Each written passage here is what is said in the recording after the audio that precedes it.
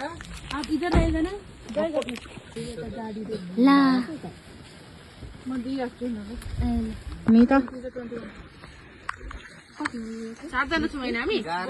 पानी परेर फेरि हामी हाम्रो लोकेसन आइसकेको छौँ अनि धेरै खुसी छौँ हामी हेर्नुहोस् वेदर कस्तो छ वेदर हामी च्यालेन्ज गरेर आएको छौँ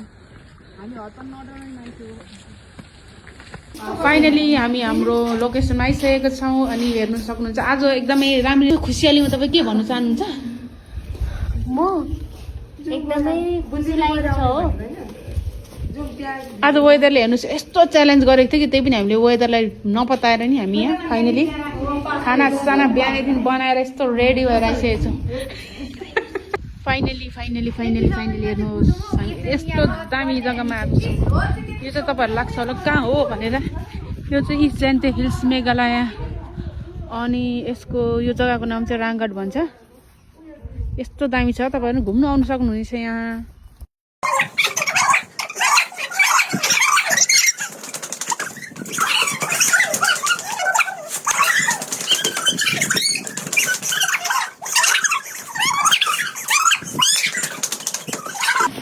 हाम्रो चटपटेको प्रोग्राम चल्दैछ चाउमिनहरू खाइसक्यौँ हामीले बहिनी चटपटे बनाउने एक्सपर्टहरू चाहिँ हुनुहुन्छ तिमीहरूले चाहिँ चिया चटपटे खाने खाने सनमजी के भन्नु चाहनुहुन्छ तपाईँ यो जग्गालाई तपाईँले के शब्दमा बयान गरिदिनुहोस् आइस हामी पनि पुग्यो नेपाली बोल्यो कि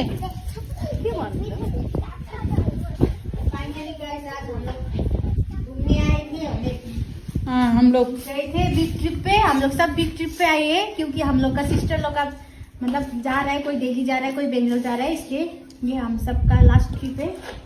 हाँ भी हम लोग यहाँ चटपटे बनाए हैं आप लोग और आप कुछ कहना चाहते हैं नहीं तो नहीं बोलूँगी कुछ बताइए ना प्लीज कुछ तो होगा बताने के लिए आप लक्ष्मी जी मुझे तो कुछ भी पता नहीं होगा देखिए ये बहुत सुंदर सा नज़ारा है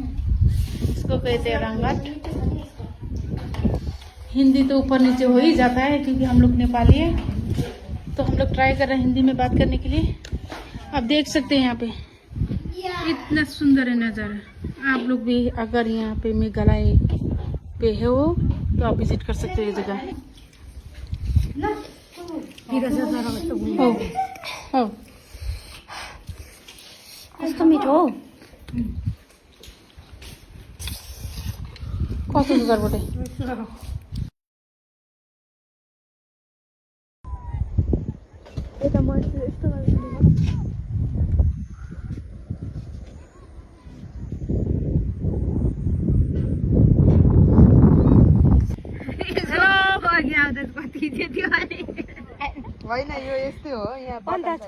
फाइनली हामी